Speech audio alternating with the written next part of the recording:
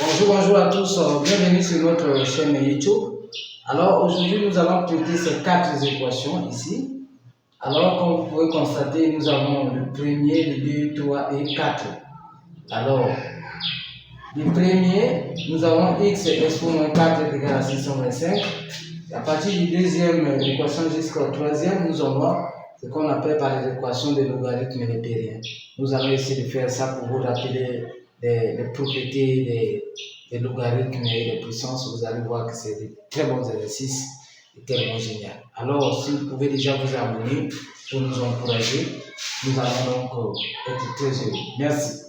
Alors, nous allons commencer par l'équation numéro 1. De l'autre côté, nous avons noté toutes ces équations de façon que nous ne puissions pas encore tâtonner pour chercher ces dernières.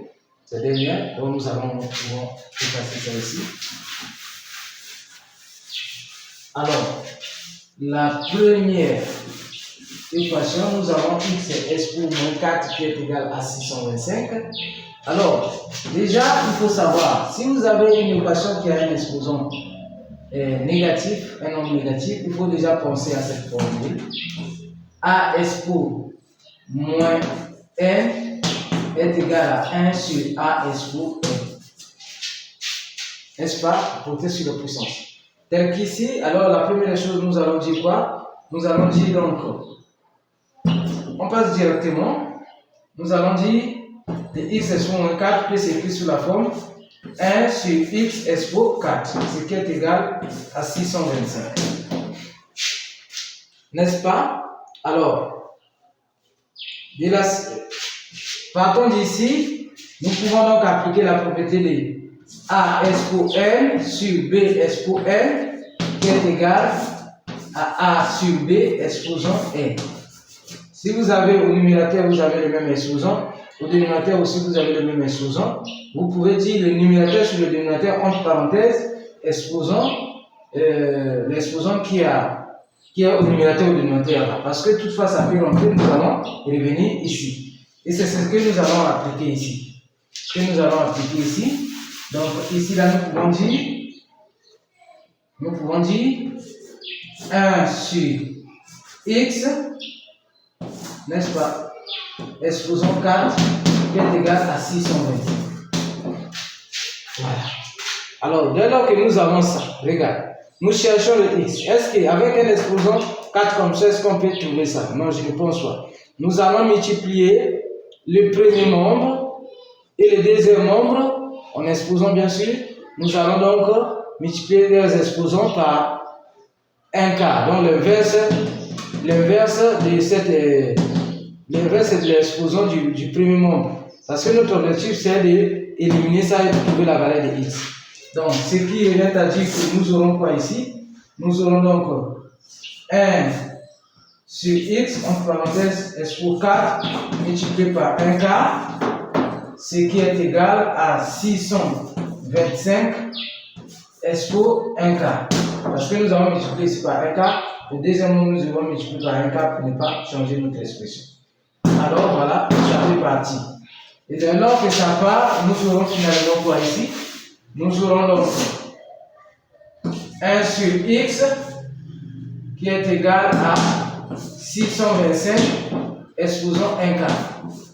Alors, nous pouvons décomposer les 625 parce que nous cherchons l'autre la valeur de x.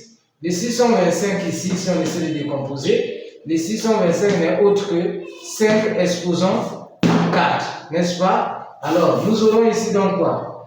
Nous aurons 1 sur x est égal à 5 exposant 4 multiplié par 1 quart. Alors, si vous avez ça, donc ça fait partie. Donc, finalement, il nous reste quoi ici? 1 sur x, ce qui est égal à 5.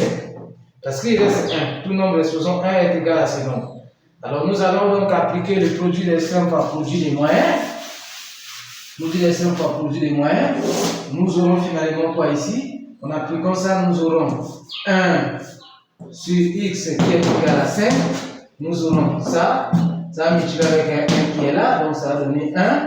Et ça va donner donc 5x.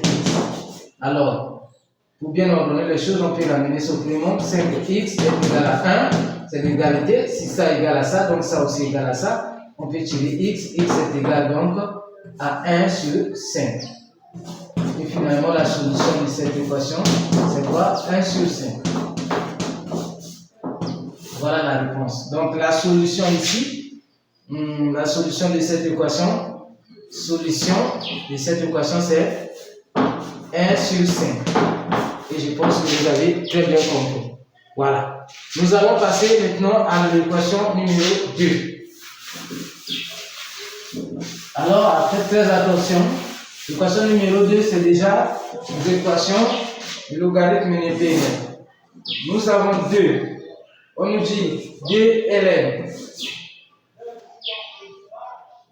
Ln de x moins 3, qui est égal à 10. Alors, ici, là, nous allons essayer de vous rappeler quelques propriétés des ln. Il faut savoir que tout nombre, sinon ln de a, les a doit être strictement supérieur à 0.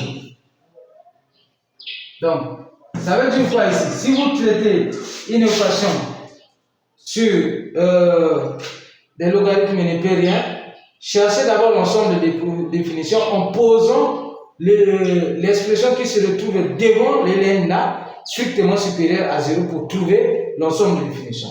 Ça, c'est la première des choses. Donc, ici, là, nous allons dire quoi? X moins 3 strictement supérieur à 0. N'est-ce pas? X moins 3 strictement supérieur à 0. Cela entraîne donc quoi? X strictement supérieur à 3.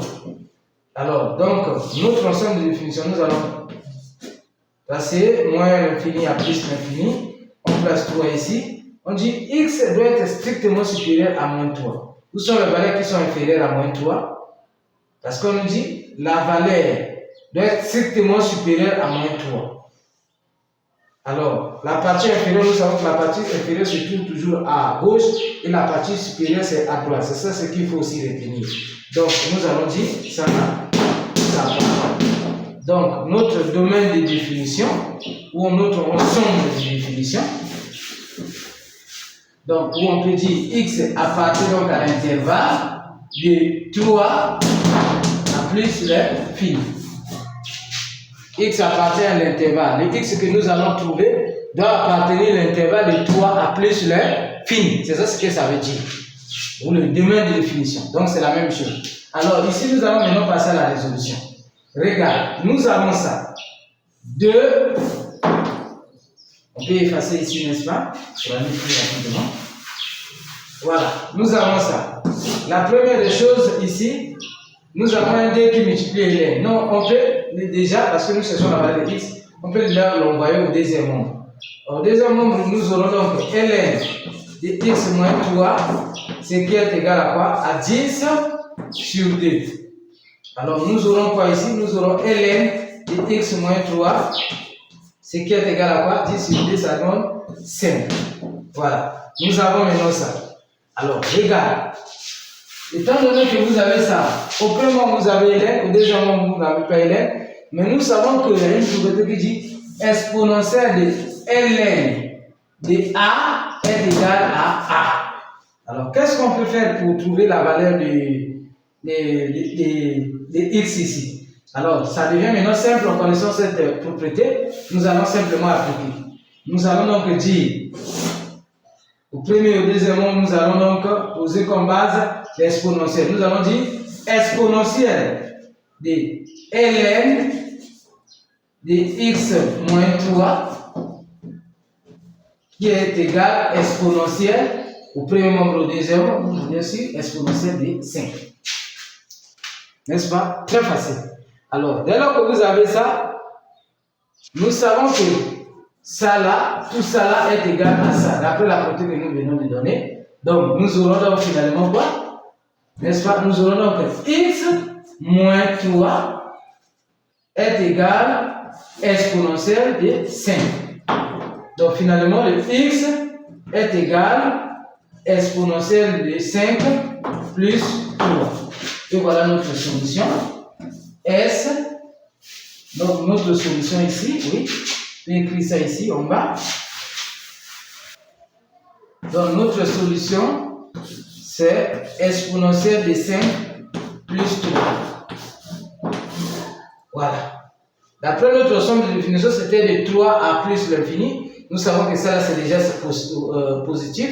Alors, ça aussi, c'est positif. Donc, la solution est bel et bien faite. Nous allons passer donc à la résolution numéro 3. Nous avons ici quoi? Nous avons 3, c'est ln de 2 plus x est égal ln de 8 moins 2x. Voilà. Nous allons d'abord chercher les conditions parce que l'ensemble des définitions, parce que nous avons ici au premier nombre un ln, au deuxième nombre aussi pareil. Nous savons que nous allons dire 2 plus x strictement supérieur à 0. Alors, cela entraîne que x est strictement supérieur à moins 2. Et nous allons prendre la deuxième condition. Ici, nous avons le 8 moins 2x strictement supérieur à 0. Et cela entraîne quoi? Moins 2x strictement supérieur. Le 8 passe au deuxième nombre. Strictement supérieur à moins 8. Strictement supérieur à moins 8. Alors, ici quoi? Nous aurons moins x strictement supérieur à moins 8 sur 2. Moins x strictement supérieur à quoi? À moins 4. Parce que le 8 est divisible par, le 8 est divisible par 2, donc ça nous donne moins 4. Alors, ici, là, nous avons quoi? Nous avons une équation, déjà, qui est inconnue, porte le signe moins. Il faut multiplier cette équation par moins 1. Mais en multipliant par moins 1, nous devons savoir que l'inégalité doit changer de sens. Donc, nous aurons ici quoi? Nous multiplions par moins 1. Nous aurons donc quoi ici? Nous aurons donc x strictement inférieur à 4. Et si on multiplie par moins 1, tous les signes changent et l'inégalité aussi change de sens. C'est ça. Donc, nous avons maintenant ça, c'est-à-dire comme ça, nous allons chercher maintenant l'intersection. C'est 2, moins l'infini à plus l'infini. Nous avons moins 2 ici, qui est là. Nous avons 4 qui est là. Nous allons d'abord traiter avec ça. X est strictement supérieur à moins 2. Alors, toutes les valeurs qui sont inférieures à moins 2 doivent partir. Il n'admet que les valeurs qui sont strictement supérieures à moins 2. Alors, comme je vous l'ai toujours dit, les valeurs inférieures se retrouvent à gauche et les valeurs supérieures se retrouvent à droite. Donc, strictement supérieur à moins 2. Donc, nous allons assurer là où les valeurs sont strictement inférieures à moins 2. Strictement inférieures. Donc, ça là, ça va partir. Strictement inférieur à moins 2. Ça là, ça passe. Alors, nous passons ici là. On nous dit x strictement inférieur à 4. Strictement inférieur à 4. Donc, il n'admet que les valeurs qui sont inférieures à 4 et non les valeurs qui sont supérieures à 4. Donc, nous allons assurer ici. Voilà donc notre intervalle, notre intersection. Donc, nous allons dire x ici n'admet que les valeurs x n'admet que les valeurs qui partent de moins 2. Donc, moins 2 à quoi? À 4. Vous pouvez bien sûr parce que ce sont des strictement inférieurs, strictement supérieurs. Donc, c'est ça. Maintenant, nous allons passer à la résolution. La résolution, c'est très facile ici. N'oubliez pas de vous abonner pour ne pas rater nos prochaines vidéos. Ça, c'est ma première vidéo de l'année 2025. Alors, ici, nous pouvons vous rappeler, lorsque vous avez ln de A est égal à ln de B. Cela veut dire quoi? A est égal à quoi? À B. Si vous avez ln de A est égal à ln de B, ça veut dire quoi? A est égal à B. Ici, vous avez plutôt ln de D plus X et ln de 8 moins 2X. Donc, c'est très facile. Nous allons donc dire quoi? au premier et deuxième mot, nous avons les élèves. Donc, nous allons dire 2 plus x est égal à 8 moins 2x. On va traiter maintenant cette équation très facilement. On va ramener ça au premier mot. Nous aurons donc x plus 2x est égal à quoi? 8, ça part, moins 2, ça nous donne 3x. Alors ça nous donne quoi? 6, et le x est égal donc à 6 sur 3. Cela entraîne le x est égal à quoi? 6 divisé par 3, ça nous donne 2. Donc voilà notre solution. S est égal, on peut effacer ici, on met la solution ici. S est égal à quoi? Ah, D. Est-ce que D appartient de l'intervalle de moins 2 à l'autre là? Oui, c'est bel et bien ça. À 4. Donc c'est juste. Voilà. Nous allons passer maintenant à 4. Et la fin c'est ça. Donc n'oubliez pas de vous abonner s'il vous plaît. Je vous rappelle pour ne pas vous pousser oublier. 4. ln de x moins ln de 1 moins x, ce qui est égal à 3 ln de 2. Ici, il faut faire très attention, l'équation là a tellement de pièges. Voilà, faites très attention ici. Vous avez ça, nous avons ça. Oui. La première des choses, nous devons d'abord, comme je vous disais, on doit d'abord chercher la condition, sinon l'ensemble de définition. X est strictement supérieur à 0. Et ici, là, nous allons dire 1 moins x strictement supérieur à 0. Cela entraîne x moins x strictement supérieur à moins 1. Alors, l'inconnu porte le signe moins, on multiplie par moins 1. Alors, nous aurons donc x strictement inférieur à 1. Alors, nous pouvons donc tracer notre barre pour chercher l'intersection. Nous avons donc 0 et nous avons 1. Alors, ici, x strictement supérieur à 0. Donc, toutes les valeurs inférieures à peuvent partir. Ici, là, x strictement inférieur à 1. Strictement inférieur à 1. N'est-ce pas? Inférieur à 1. Donc, tout ce qui est supérieur, ça va. Donc, notre ensemble de définitions, donc, x appartient à l'intervalle de quoi? De 0 à 1. Oui. Ça, là, déjà, nous avons trouvé. Nous savons que nous devons trouver une valeur qui se situe là, entre les deux intervalles. Très facile. Très bien. Alors, nous allons maintenant passer. Ici, là, nous savons quelque chose. Je vais vous rappeler ça. ln de A sur B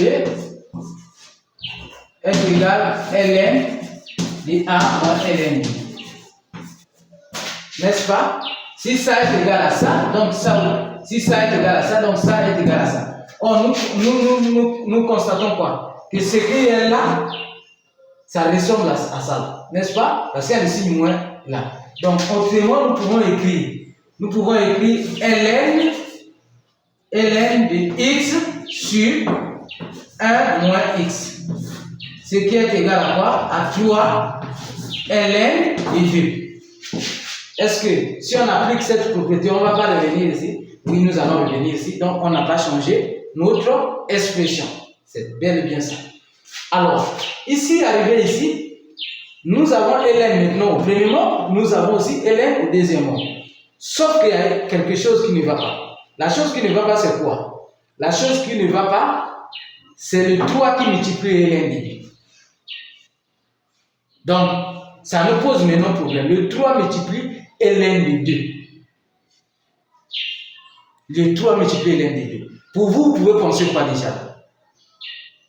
Donc, il faut chercher à éliminer, sinon à enlever le 3 qui multiplie ln de 2 parce que ça va nous poser un problème. Alors, n'oubliez pas de vous abonner. Je vous rappelle cela pour ne pas que vous puissiez oublier parce que vous êtes sur une très bonne source de mathématiques. Nous allons apprendre beaucoup de choses ici. Vous allez vraiment apprendre beaucoup de choses. Je vous en prie. Alors, ici, regarde.